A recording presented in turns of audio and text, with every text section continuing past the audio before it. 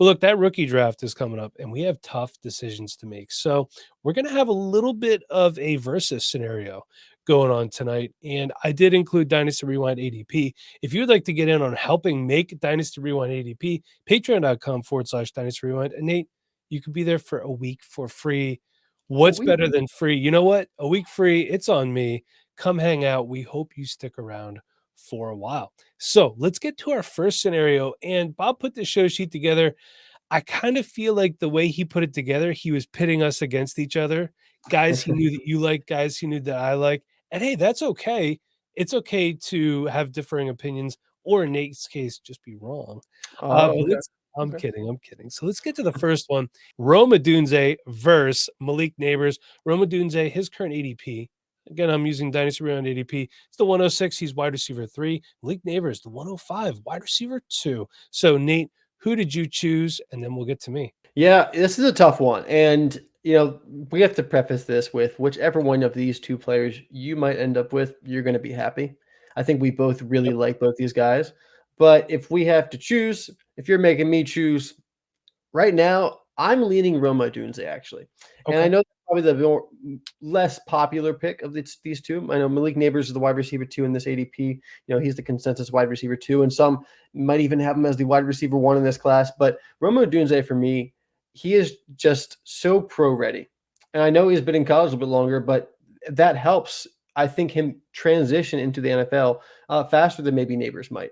Look, the 75% contested catch rate, that catchability that Rome Odunze shows off, he's a good enough athlete. Like, he's a plus athlete. He's a really silky route runner. I know there's some separation questions, but it's not that he can't separate. There's just some inconsistencies. But also, I think Michael Penix throws a lot of contested catch balls. So, which comes first, between the two of those things.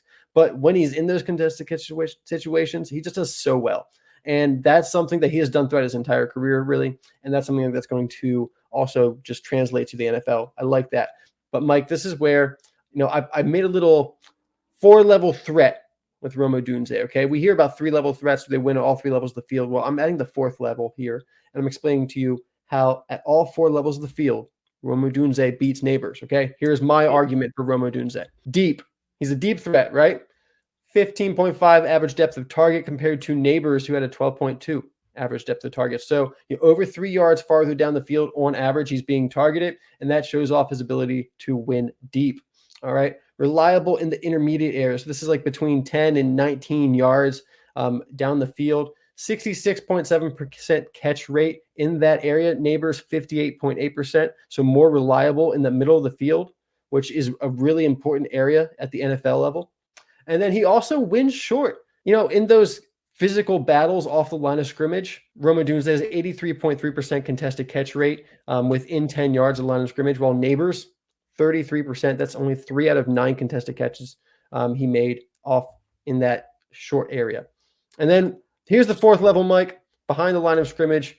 You would think that Nabers is the more explosive guy, the guy that creates more after the catch, but yards after the catch per reception behind the line of scrimmage, when targeted behind the line of scrimmage, Nabers 6.6 and Rome Odunze 9.2. So there it is. Comprehensive Rome Odunze over Nabers. I'm going with Malik Nabers. You know why? I think he could separate better. And if it comes down to just that, it comes down to just that. But obviously there's more to it than that. And for the record, like Nate said, if I get Rome Odunze, if I get Malik Nabers, I'm happy either way. Of course, it's March 12th. These guys don't have an NFL team yet. So things could change in about a month and a half. And I will concede that Rome Odunze is a much better contested catch receiver at 75 to 45.5%. But again, you don't need to be good at contested catching when you can separate so good like Malik Nabers can. Nabers wins in yards after catch per reception, 6.6 to 5.6, and yards per route run, 3.64 to 2.93. Now, Odunze does have more yards, 3,271, 3,015. That also took him an extra year to do it. Yards per reception is close as well. Malik Nabers 15.9 and Rome Odunze is 15.3. That is for their career. So these guys are close there. And again, in all honesty, I'm happy to get either player. For me, Malik Nabers wins just by a hair. But as you can see, it's close. in the ADP as well. And, we recognize that. Let's move on. Trey Benson versus Jaylen Wright. Trey Benson, the 207 running back 4. Jaylen Wright, the 206 running back 3. Why don't you start with who you got? I don't like running backs. We know. This is a pick 'em. I can go either way. I think these players are actually pretty similar. Mike, I like to talk about those athletes who play running back and, they're used to out-athleting the other players on the field. That's what they've done in high school. That's what they even did into college because they're that great of athletes. And we see that with both Trey Benson and Jaylen Wright. They have absolutely developed as runners. That's what's got them this far, and that's why they're in that day 2 conversation. But they're just not as natural runners as guys like Blake Corum or Jonathan Brooks. So for me, I could go either way with these guys. I think both of them have huge home run speed and can make those big plays. But I think with Benson, if he's not hitting those home runs, is he giving me consistent positive yardage? I think he's a little boom bust with how he runs, because I don't think his vision is quite as far along as you think, which is fine. I still think he's good though. I think he's still like a top 3 running back in this draft class. And then Jaylen Wright, really mostly the same idea. I think Jaylen Wright, he really likes to push it outside. And he faced a lot of light boxes playing for Tennessee. He likes to kick it outside a lot. And I think that's going to, kind of limit him at the next level. So I have my reservations about both these guys, but I think they both offer similar upside. So with ADP being so similar, I'll just take whichever one's the ones that falls to me. Again, it's close, but I'm choosing Jaylen Wright. My main concern here is I feel like his vision at the line of scrimmage is slightly better than Trey Benson's. But, we're looking at it. They're close and everything. I think you have their 40 times up here, right?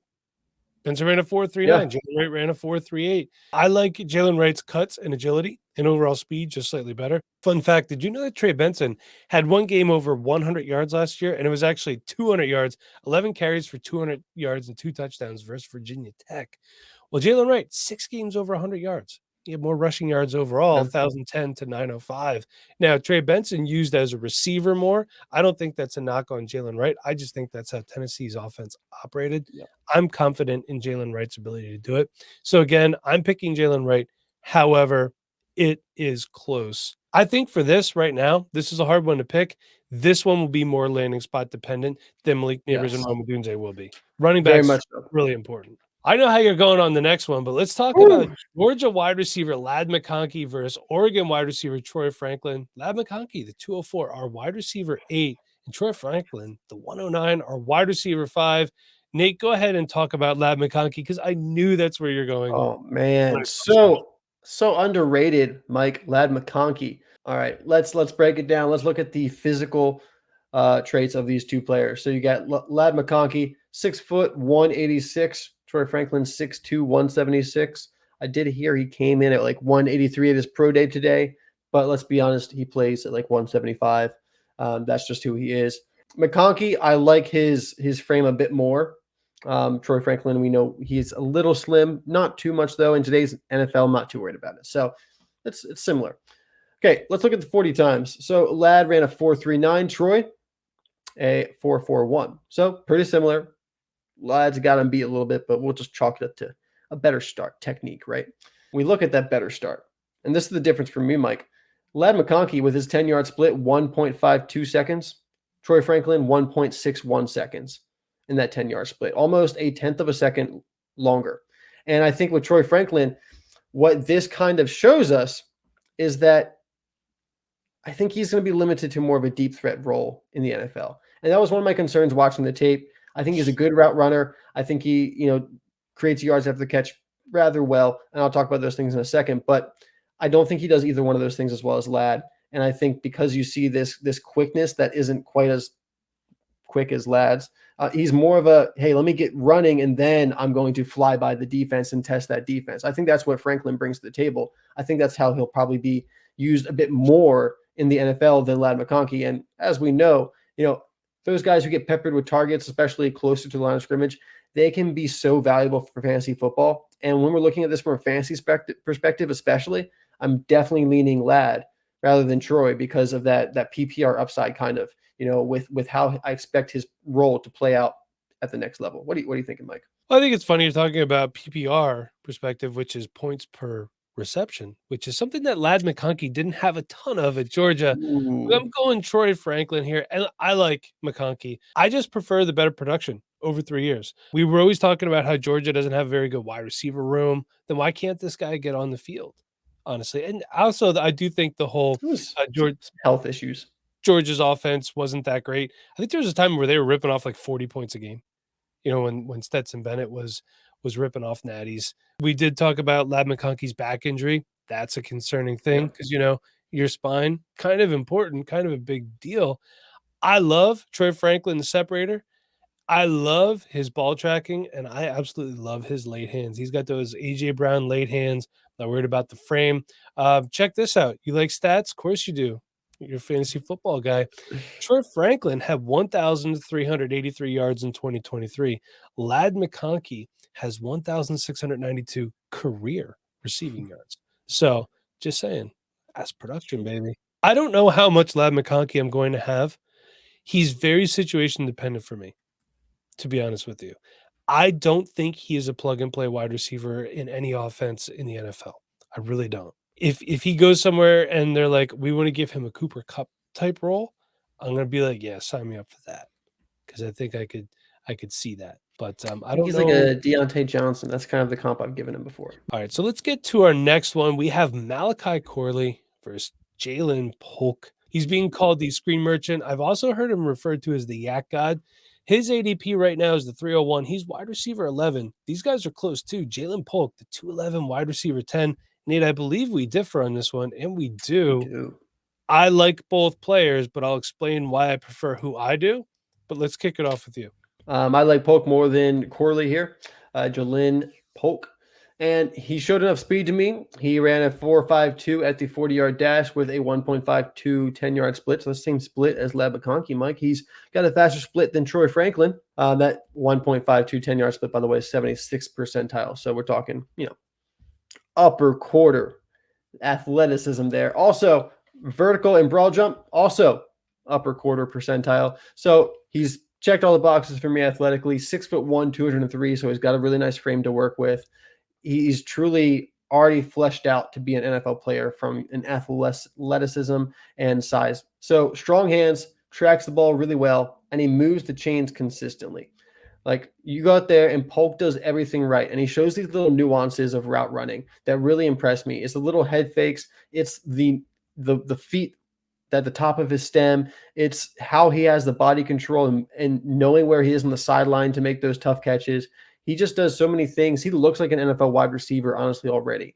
The problem with Jaylen Polk is that I don't know if he offers anything at an elite level to give him that upside to, be a top 20 wide receiver in Dynasty or anything like that. Yet, despite that missing extra elite ability, I think he's just such a good pro. I've actually comped him to Jacoby Myers, a player that is just really good and in the right situation can be really fantasy productive. So I'm a big fan of Polk. And Corley, I think he's really good as well. He's more athletic. He offers a lot more after the catch. We know that for sure. But I wonder if he's going to be manufactured touches, like some of these other players we've seen that have been, really, really good after the catch, but not as refined route runners, not as refined wide receivers. And when you're thinking about a refined wide receiver, that is exactly what Jaylen Polk is, and that's why I'm going with him. This is going to be weird to say, but hear me out because both things can be true. I like Polk better than Corley. However, I do think that there is a world where Corley is a more productive fantasy asset. Yes, Sure. Polk's hands are better. I agree with that. I think these are some of the best hands in the class. I feel like Corley has the potential to be a better player and used more overall. Corley's upside is better as a wide receiver 3 on a team than if Polk is a wide receiver 3 on a team. I do think he will get those manufactured touches because of how good he is after the catch. 8.6 yards after the catch per reception. That's amazing. That was in 23 and 8.2 for his career. And by the way, Polk's is 5.2 yards. His yak rec is 5.2. I'm saying yak rec for both We'll take it. Career. So, it's just one of those things when you have offenses, think of what Deebo Samuel does in an offense. And I'm not saying that Malachi Corley is the next Deebo Samuel. I'm also not saying that he's not that at all. But I think he can get schemed. This is a guy where if he's the third wide receiver on the field, He could be great. And you know what? Even though he's about 3 inches shorter, I think he's a more physical player. There were a lot of times where I think Polk could have just worked through contact a little bit better. Let's move on. Jayden Daniels versus Drake Maye. Ooh. Nate, some people, we did a couple mocks a while ago where I saw Jayden Daniels, and this was a mock that you and I were in. Jayden Daniels went at the 101. So people taking him over Caleb Williams, over Marvin Harrison Jr. Crazy. But Jayden Daniels is the 104 in ADP, the quarterback 3, and Drake Maye, the 103 and quarterback 2. I love what you're saying here about it, how Jayden Daniels throws to an open player while Maye shows the ability to more consistently throw in the open windows and throw players open. Such an underrated aspect of a quarterback's game. And that was something I was scouting Joe Milton. Same thing with Joe Milton. He could throw to a spot, but he cannot throw a wide receiver open. I'm sorry, I didn't mean to steal your thunder. You here. just I don't have to talk anymore, Mike. You're to my point. Like, thanks. I just wanted to say that I love that you said now. No, you had one other thing on here. Yeah. So, with Daniels, he's such a great playmaker. He's the best playmaker in the draft, especially running.